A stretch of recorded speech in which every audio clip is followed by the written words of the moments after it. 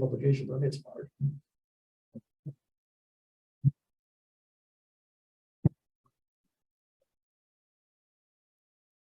Thank you so much. So I'm a GCP in this community, and we always feel like there's not enough surgeon, Mandarin speaking surgeon in this area. So even surgery residency is very competitive. We still encourage those young folks, so they're trying to pursue their dream in surgery residency. Okay, so our next speaker is Dr. Jing Xu. Dr. Xu was born in Nanjing, China, and she graduated from Southeast University Medical College. And then she got a master's degree in pathology in Peking Union Medical College. And then she came to the US and got her second master's degree in cell developmental biology from Rogers UMDNJ joint program.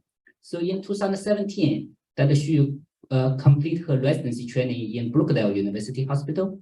And she joined Stony Brook Hospital as an assistant professor. And after 1 year, she joined a group practice. And during pandemic, about 2 years ago, she opened her private practice in Amherst. So she has a different experience in academic, group practice, and the private practice. So that she is going to discuss about the pros and cons about those different settings. So after you graduate from residency, next step is look for job and what is the best setting. Thank you.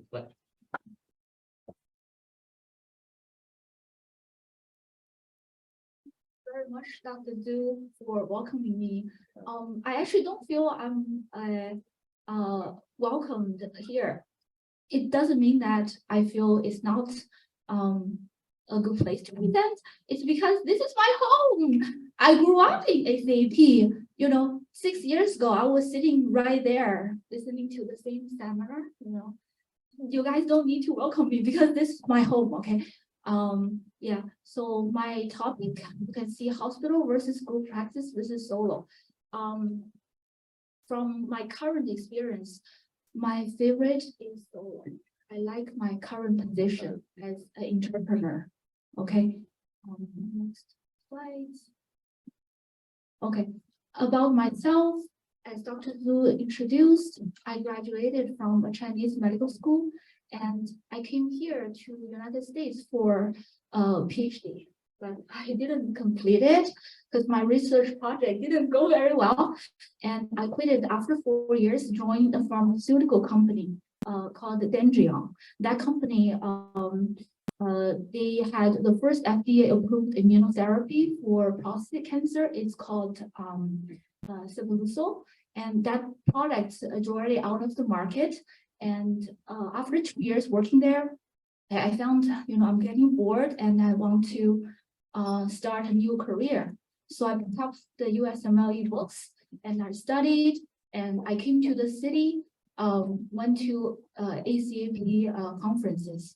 And I feel just now we mentioned that a lot of foreign graduate medical school students are looking for opportunities. My recommendation is come to the city, okay?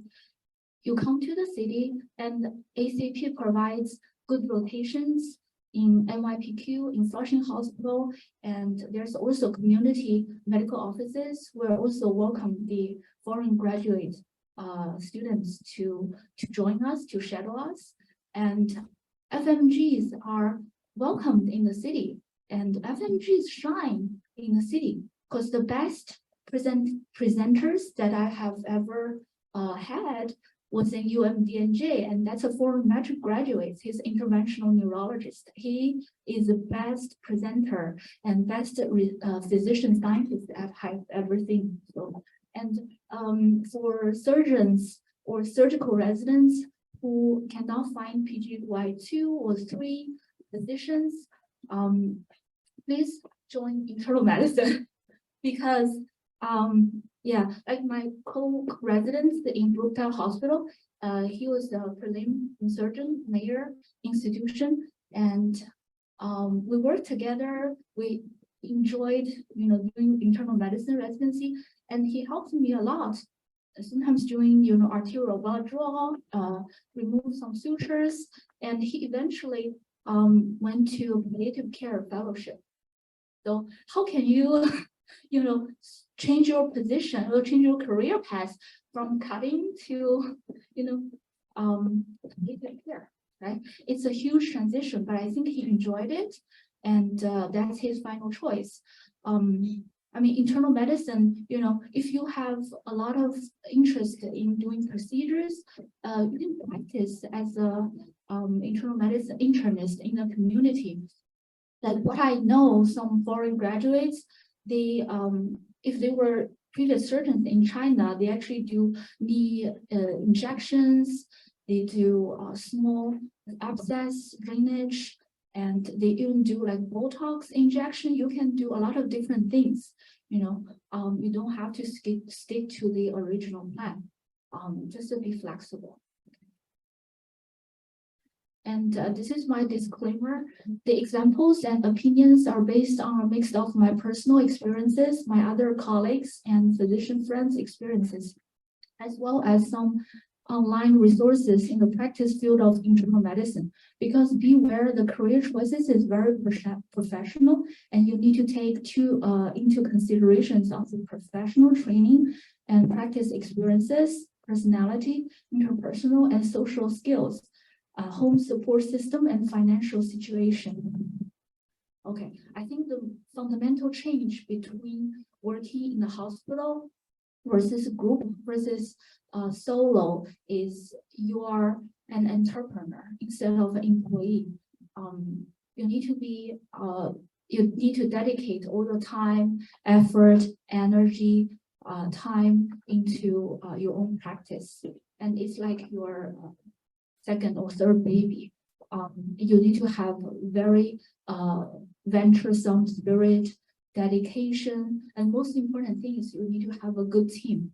And I know a lot of good successful practices.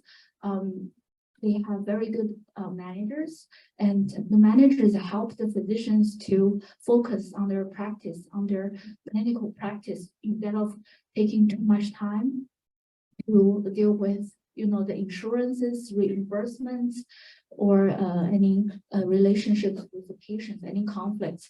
So I think team and people is the most important thing here. And of course, you need to learn a lot of different things. You have to wear multiple hats. So the difference between an employee and an entrepreneur is you voluntarily want to spend more time in your practice. You know, my current schedule is kind of 996. I get to the practice at 9 o'clock. I usually don't go home till like 9. I think the good thing is I feel I like my career more and more, but the bad thing is, you know, sacrifice the time with my family. Okay, and entrepreneurship is not like, you know, fancy, you know, suits, cocktail parties, hang out with, you know, financial investors. It's not like that. At the beginning, you have to be a rock climber. You know, every step is very, very difficult. And I wish I can be here maybe 2-3 years ago and have some advice from the entrepreneur. But I think I got a lot of help from my ACAP advisors, mentors, and friends. Okay, and so as I said, you be your marketing specialist. You design your business card, your postcards, and you need to train your front desk or MA medical assistant. You need to hire people. You need to be your own biller sometimes. But of course, this part you can also outsource to a certified biller. But of course, they will charge a percentage of the revenue.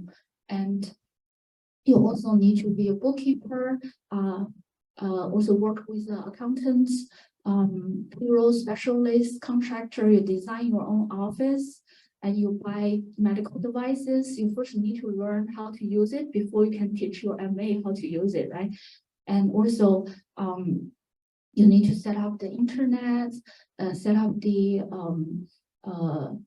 also the computer system. And in the beginning, of course, you buy the furniture, medical devices. You might need to deliver it by yourself, right? Because you want to save money. And I really appreciate my husband. He helps me a lot. In the beginning, he's my IT guy. He's my go-to person. Yeah. And you may also need to be your own phlebotomist. This is from internal medicine standpoint. You may need to do phlebotomy and you do EKG for your patients in the beginning. So the first year, I only have one front desk and myself. And now I will have two front desk and also one MA. So the business is growing. I think last year I kind of gave this talk about with the same presentations slides. This year I will focus more on how to keep the balance of making revenue and to keep a good quality of care. Yeah, so you really need to be able to work under a lot of pressure, and this is how you turn from an ordinary rock to an extraordinary diamond. And pros of solo, of course, you are your own boss, right? Like yesterday, I was eating breakfast at 8:30 in the morning, and my daughter was sitting there watching her iPad, and she was like, "Mom, you're still here? If you don't go, you'll be fired." And then Dad was like, no, Mom will never be fired because she's her own boss. I think that's the best part. That's the best part. If you are not an early person, you can open your business 10 to 7. It works. And I know a physician on my floor. He's a full-time faculty at Wyckoff University, and his work hour is from 5 to 7, sometimes 5 to 9. So after his daily work rounding in the hospital, he will come to the office with his wife and then see his patients. It's kind of a walk-in clinic. He sees some urgent, semi-urgent situations, and this is how he likes. He wants to not just make extra money, but also put up a practice because his kids are in medical school. Okay, and of course, generally speaking, internal medicine, from my own experience, private practice will make you make more money than group versus hospitalist. It also depends on how many hours you want to work and what services you want to provide. Some physicians, they only want to see Medicare, Medicaid patients or commercial patients, but in city, a lot of patients are Medicaid, and you can have your own choices. Also, work philosophy.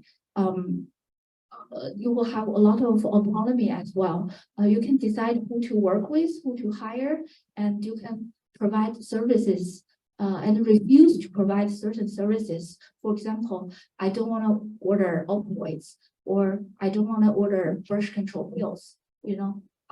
Unless there is some emergent situation, you can communicate with the patient and tell them, oh, if this is a very emergent situation, I gave you 1 month of supply, but you still need to see the subspecialists, right? Because I don't usually, deal with this type of patients. And also patient population. I just speak about the Alpers area. This is the most diverse neighborhood in Queens. And I have half Chinese speaking and half English speaking patients, and the patients are from all over the world. Of course, Chinese, Mandarin speaking, Cantonese speaking patients, Tibetan, Malaysia, Indonesia, Korea, Japanese, of course, Spanish speaking patients, and a GI doctor on my same floor, he actually has 4 front desks who can speak different languages, Indian languages, Spanish, Chinese, and some other language. So if you really like to treat a diverse patient population, Amherst is a good choice. And also the subspecialist here, please come to Alpers area, because I think there's too many subspecialists in Flushing and it's probably oversaturated. But Amherst patients, they're very densely populated, but they're not, they're still underserved area. And also you have the autonomy to decide who and where to refer your patients. So if I have a patient who has uterine mild sarcoma, I can refer her directly to MSK because that's the best, right, for this rare condition. Or I can refer my patients to a community cardiologist for AFib patients. But if you work in the group or hospital, then your choice is kind of limited because they want to keep all the services within the group, and to make the I guess revenue of the group or the hospital the largest. But as a private practitioner, you have the choice of refer to whoever you like, whoever you think that's the best for your patient, and also the location. If you open your practice in Flushing, then probably 95% of your patients are Chinese speaking, versus, in Elmhurst or Woodside, Jackson Heights, you will have a mix of everything. And also another problem of opening your own practice is you don't need to work on the holidays, right? If you work in the hospital, more or less you will need to cover some holiday days. But here, if I want to, take 3 days off from the winter break or spring break, I can do it. I just need to plan 2 weeks or 1 month ahead. And also you can control your workload. After you establish a mature patient panel, you can, maybe reduce some work hours, or also find maybe a co-worker or a partner to join your practice to share the workload. And then cons of solo, of course, you have to wear multiple hats, and it's long hours, definitely long hours from the beginning. And you need to have a good supporting system from the family. Yeah, and also it's important to improve revenue, but also maintain a good quality of care. Also, you're by yourself. If there is any potential, malpractice cases, or you feel it might turn into malpractice case, then you really need to seek out to find some legal support, and also financial support, startup investment. I think for internal medicine, generally speaking, just to set up the office, it's probably you will probably have at least 100,000, and if you buy the practice or if you rent, that's something extra.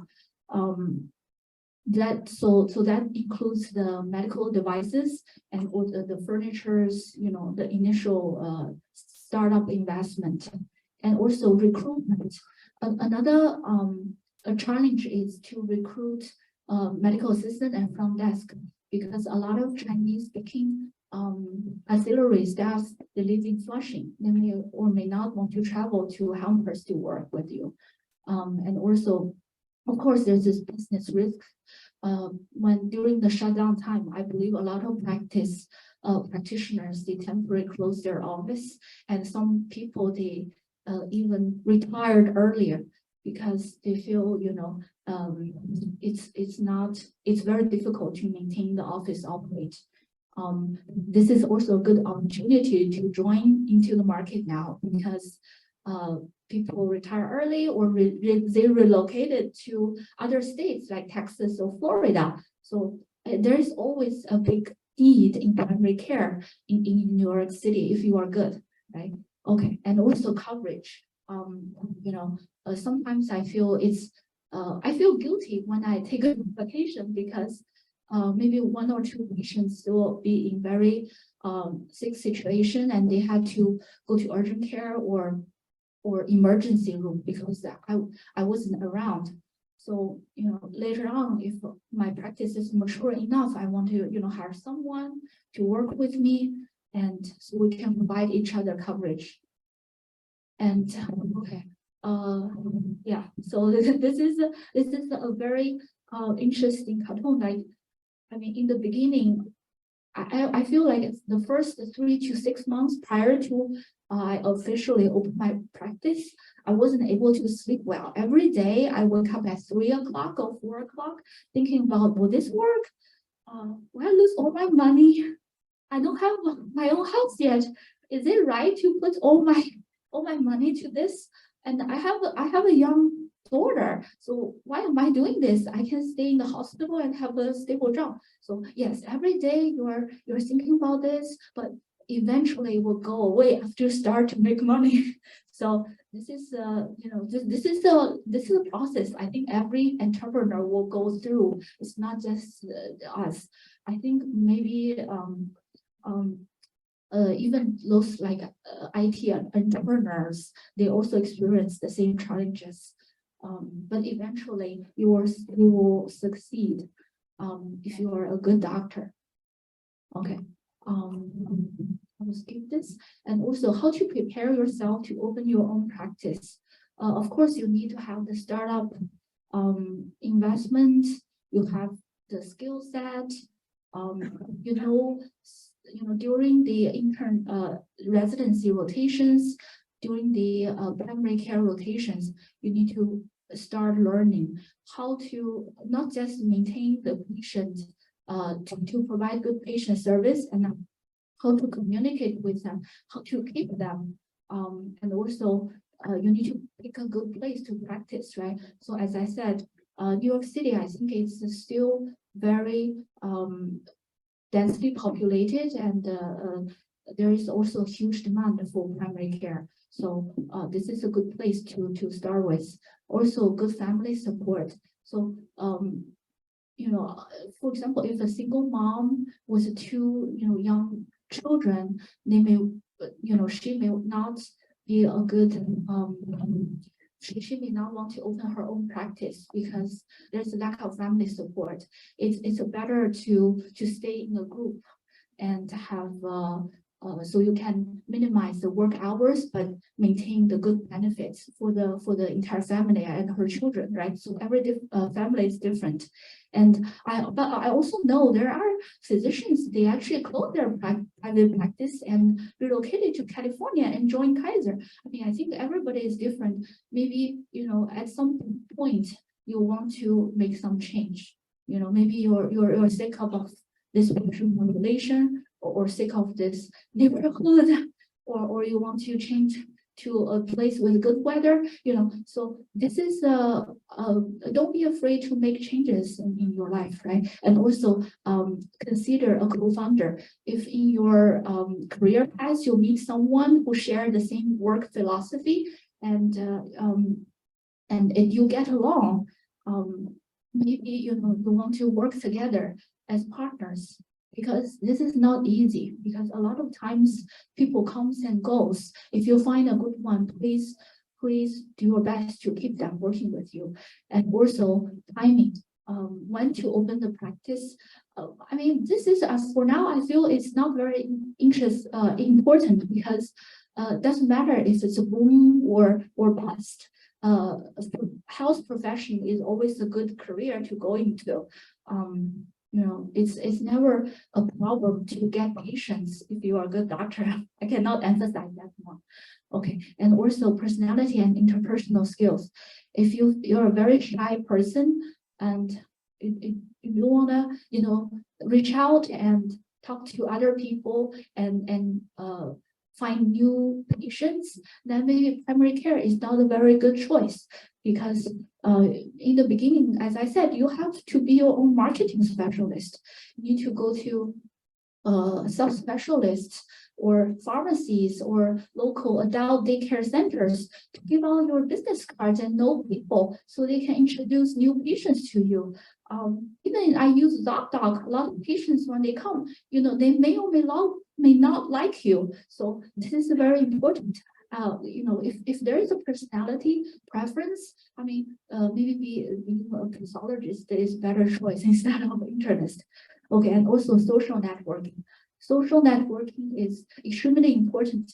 I think in ACAP, just by talking to the mentors and advisors, my co-residents, I learned so much, and they helped me a lot in building up my practice. And even, during the 2 years of working in the group practice, I learned so much from my boss and my colleagues. I know how to run an internal medicine office, and also I know the financial rules behind the practice. I know a little bit about billing, I know a little bit about coding, so that's also very important. Okay, and also after you start up a new practice, it's very important to maintain it. So to grow it and also to maintain the good quality of care. Patient first. We want to make sure patient safety is the first. Instead of crazily expand your business and get more and more patients, you still want to spend the same amount of time for each patient. I've heard patients complaining sometimes when they went to the office, previous doctor, they didn't even examine them. They just take a look, standing around, maybe at the door and say hi, and then they just prescribe medications. You don't want that because you can make mistakes by just skipping the regular practice rules. And also outpatient group practice, there is pros and cons, and of course, first, it may help to reduce malpractice rates because you refer patients within the same group. So everybody makes mistakes, right? So the mistakes that you may miss may be caught up by the other physicians, and they will help you to correct the mistakes. And also, you don't need to worry about the billing and coding, and the group practice. They usually have a good setup, very mature setup already. You have nurses and front desk. Also, you can work just as a physician if you want, or you can take some administrative responsibilities to help the boss to run the business. And also, you may become a partner. So this part is a little controversial. So usually a group practice, you will require 2 to 3 years of experience. And if they like you, they feel you're a good person, maybe you have a chance to become a partner. But this part can be very tricky. Also, some autonomy, maybe not, because again, they prefer you to refer to the specialist that within the group. And also, you may have the coverage when you need it, and it's a guaranteed salary with RVU system. And also, some private groups, they provide health insurance or compensation if you use your spouse health insurance, and also some maybe CME reimbursement. And the cons of the group practice, a lot of times you need to work at multiple locations, like Flushing, Manhattan, Brooklyn, and also usually you are required to sign a non-compete agreement. That's usually after a year or two after you leave the practice. You cannot practice at certain zip codes or certain blocks around the previous locations. And also, it can be a long credentialing or re-credentialing process after you leave the group. Sometimes it takes several months for the insurance company to update your new credentialing as a solo practitioner. So this can be a big headache in the beginning. So my advice, if you want to be a private practitioner, solo, maybe you want to think twice before you join a group, because yes, you can get some good experience, but eventually at the time when you leave, it can create a lot of problems based on the non-compete agreement and also the credentialing process. And also, again, the partnership or not, autonomy or not, everybody has their own interpretations. I mean, I like my current situation better because again, I have my own standards and I can do everything to improve my patient quality, instead of before, like working in a group that you have some other things to concern about. And sometimes if you don't get enough referrals, or if you are not keeping the patients in the same group, then you may also get a call from your big boss. Yeah, and also the job may not be as stable as working in the hospital. During the shutdown, some group practices, they also cut the salary for their physicians. And also you may not control who you work with, right? So everybody wants to work with responsible people, if there is previous situations, and when you take over, it can be a big headache as well. Yeah, so this part you also need to take into account. And again, to become a partner, it can be very tricky, right? So some people, they worked in 2 different groups in the past 3 years each. They eventually still cannot become a partner. There is a lot of things behind it. I think if you eventually want to, you have the ability to open your own practice, just go ahead for it. And also hospitalist. I was in Stony Brook for about 2 years. So the best part that I like there is the research opportunity and teaching. We teach medical students and residents, and there's a lot of seminars you can go. And I do like the acuity of care there, but a lot of times, the patients are very sick, or if the ICU doesn't have enough beds, or some patients that surgeon operated on, they don't have time to take care of them. They admit to a hospitalist program. So a lot of times we feel like we're firefighters in the hospital, but we don't get the respect that we deserve. And in some state or public hospitals, I feel like as a physician, ownership is lacking there. Maybe nurses, they work on specific floor every day, and they have a fixed schedule. But for hospitalists, they make you work on all different floors, and you work with different nurses every day. So this can be troublesome for some people.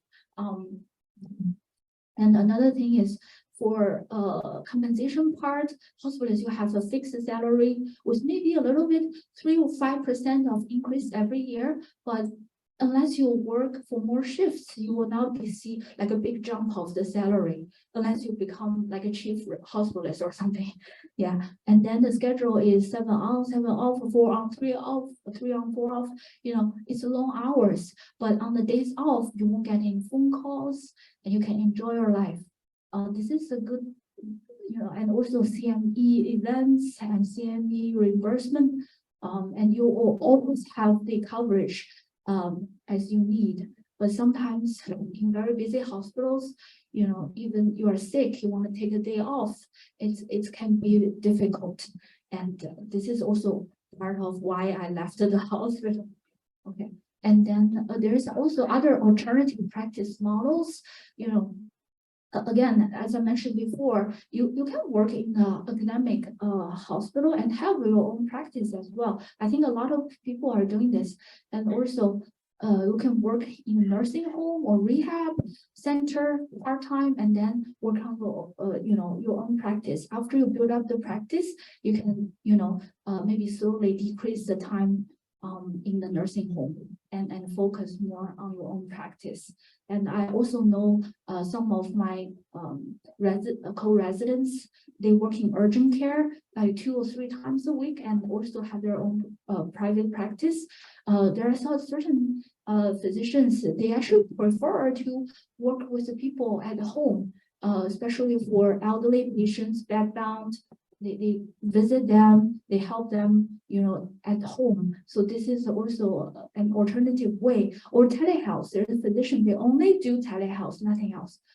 There's also positions in the pharmaceutical companies or insurance companies. You can give your professional advice, and they have also good compensations as well. Maybe probably depends on the hours you work. I think it's probably on the market. It's like maybe like 100 to 200,000 a year. And also you can patent your knowledge, like my previous Stony Brook co-workers, he patented a medical application together with his brother, and they're gonna start their own company. It's an IT company.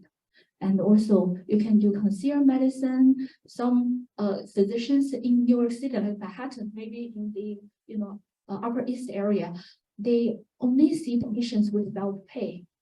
For example, like $500 a month. They don't take any insurance, and they provide 24/7 access. So there are certain offices like that. But I think the prerequisite is you need to have enough patient pool, and among the patient pool, there are certain patients that they feel you are really good, and they feel they are willing to pay out of pockets to continue to see you, to follow you. And also you can be a blogger or YouTuber, like Dr. Zhu. He writes like a lot of health topics every month or two, and I'm his loyal reader. I learn a lot from his writings. So if he wants, he can shoot YouTube videos and start blogging. And I will say there will be a lot of patients who will want to follow him.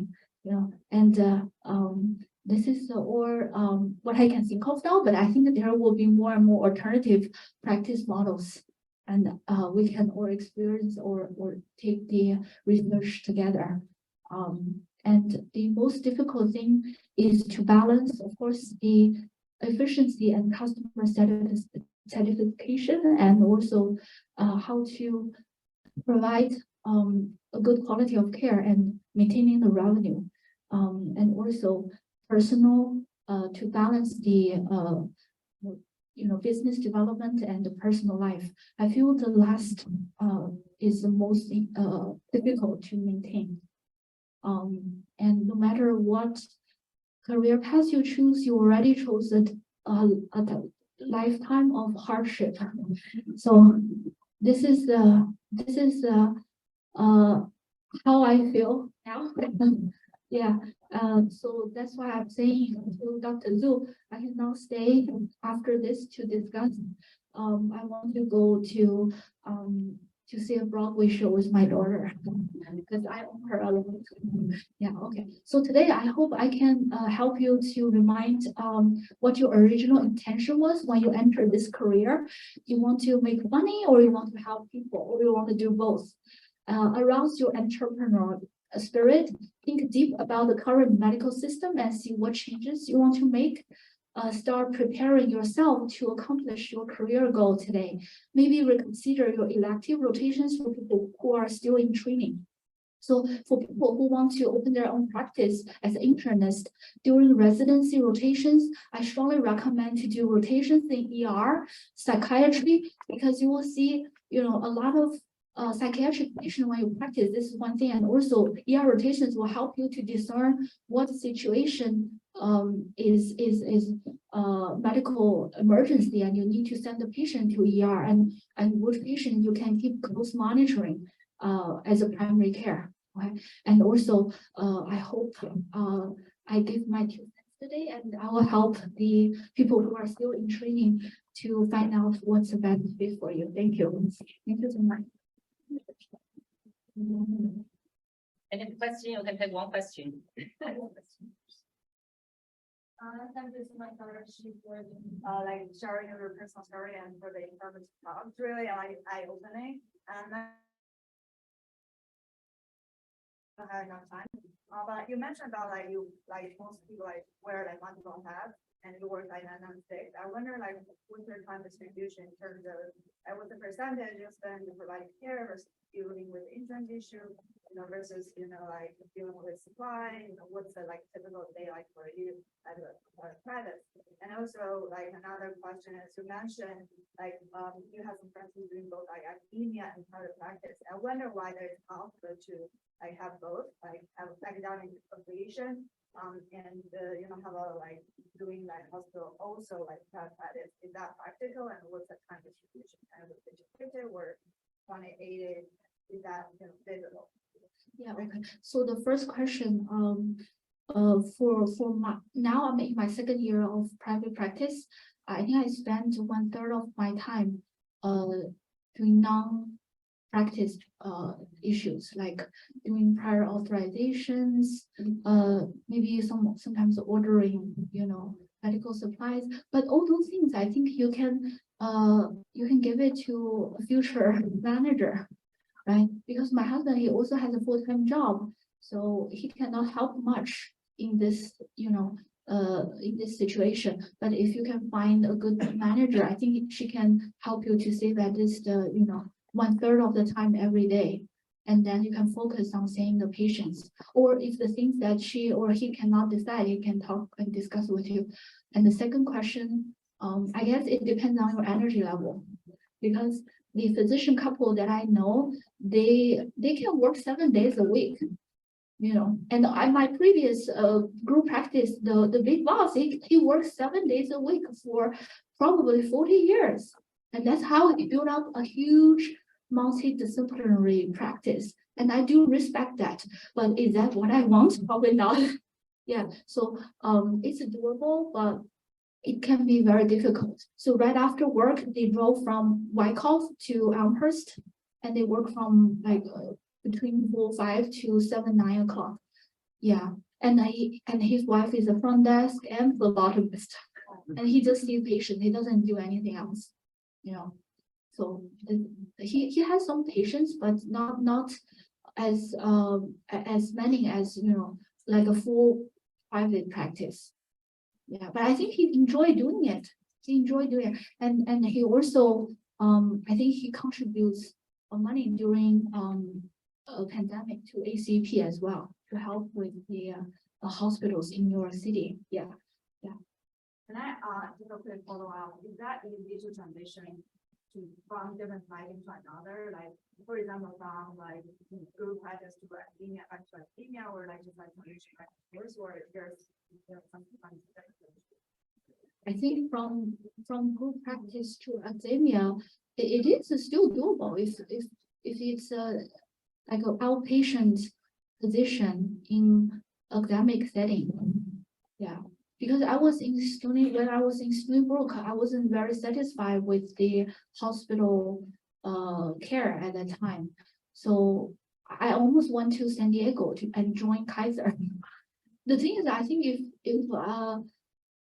people make different choices at different stages of their life.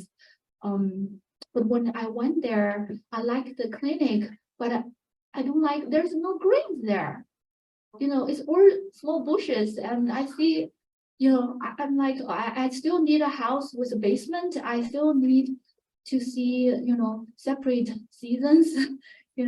Although I have my very good friends in San Diego, I eventually didn't go. Yeah, so I feel transition from academia to private practice will be much easier than vice versa, because you will wonder, why do you want to close your practice if you're already making so much money, right?